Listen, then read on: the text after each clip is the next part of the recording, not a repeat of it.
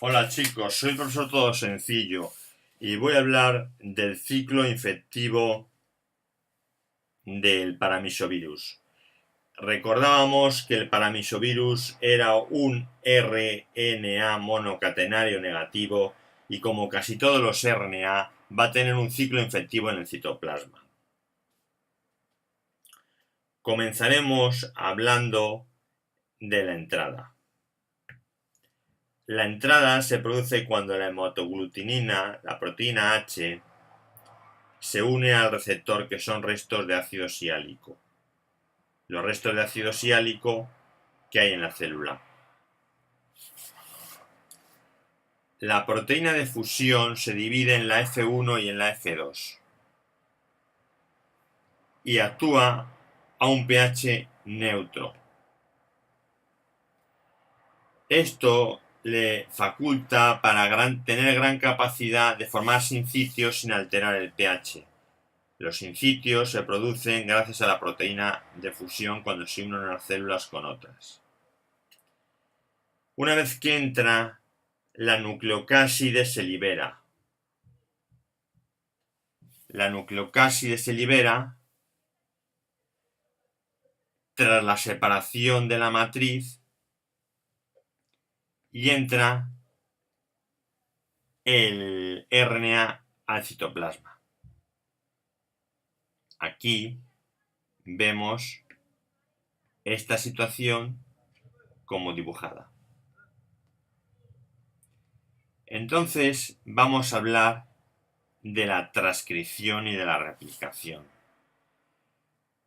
Van a producirse dos rondas de transcripción y entre medias una replicación. Esto se produce en el citoplasma celular, como ya creo que he dicho.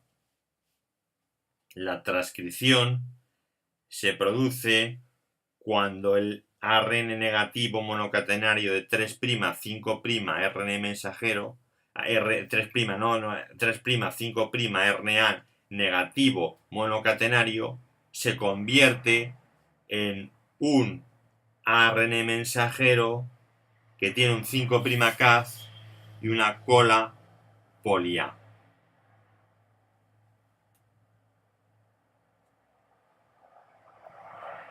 Entonces va a comenzar la transcripción primaria. Esta transcripción primaria comienza tras lo que entra de RNA negativo. Pero después va a producirse una replicación. Entonces, una vez que se ha producido una replicación, habrá más moldes y la transcripción secundaria se producirá en mayor número. Entonces,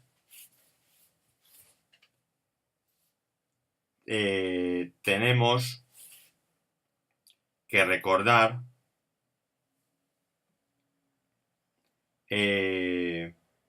la estructura del AR mensajero monocatenario de polaridad negativa para ver cómo estos genes, aparte de replicarse, cómo se van a transcribir.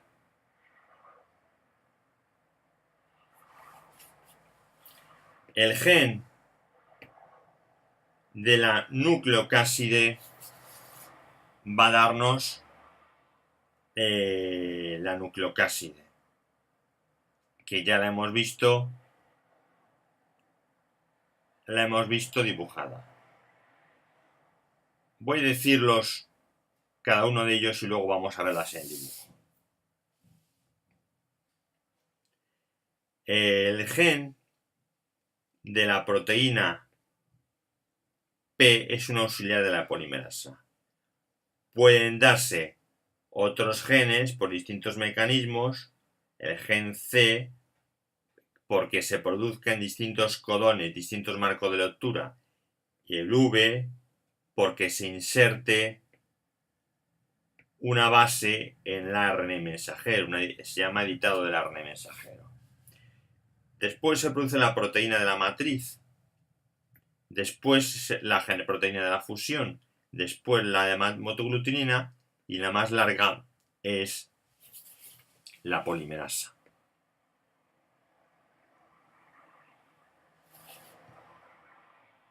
Bien.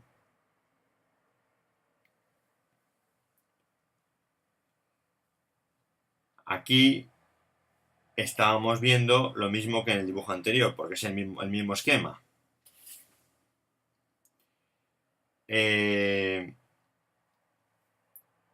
Lo que hay que explicar antes de ver en el dibujo, en la figura, en el dibujo del virión, es qué pasa con el gen C, que se produce en distintos codones, y el gen V, que se produce por editado del ARN mensajero, como he dicho.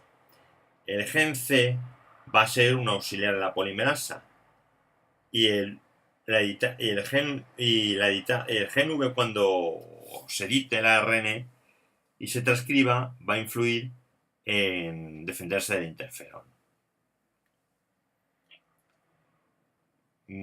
Pues bien, he dicho que entre medias de una replicación y de otra, como estaba explicando, se produce un ARN monocatenario positivo, que es el antigenómico o complementario. A partir de este molde va a producirse más ARN negativo. Y cuando haya más molde, se producirá la transcripción secundaria, como ya decía.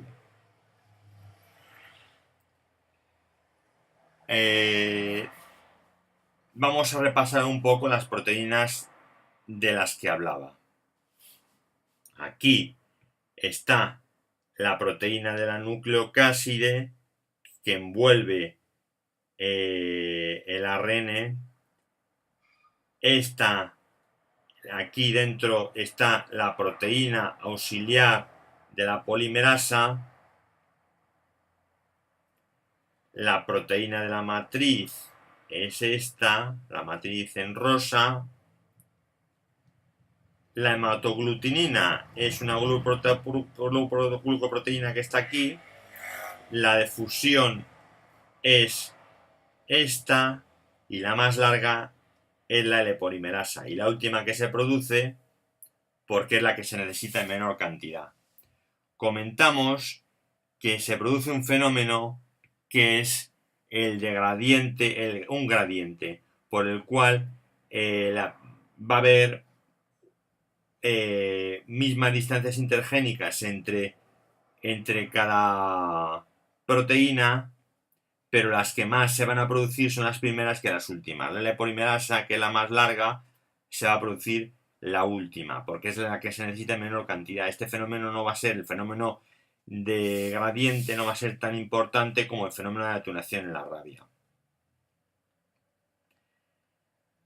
Y bien, dicho esto, tenemos que decir que se producen genomas defectivos.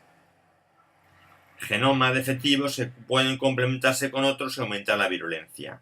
Además, también se forma algún RNA monocatenario positivo. Lo normal es que se encasiden los RNA monocatenarios negativos, pero pueden encasidarse, y estos RNA monocatenarios negativos no van a ser infectivos, no van a ser un ARN mensajero, van a tener que hacer un paso más, el de traducirse a negativo para así poderse transcribir. Un paso más van a tener que hacer. Y bueno, finalmente voy a hablar del ensamblaje y la salida. El ARN genómico se va a unir a la nucleoproteína y a la nucleocáside. por la zona líder o por la zona trailer. Y este ARN helicoidal, que está unido a la nucleoproteína y a la nucleocáside, se va a unir a las polimerasas, al auxiliar P y a la ARN polimerasa.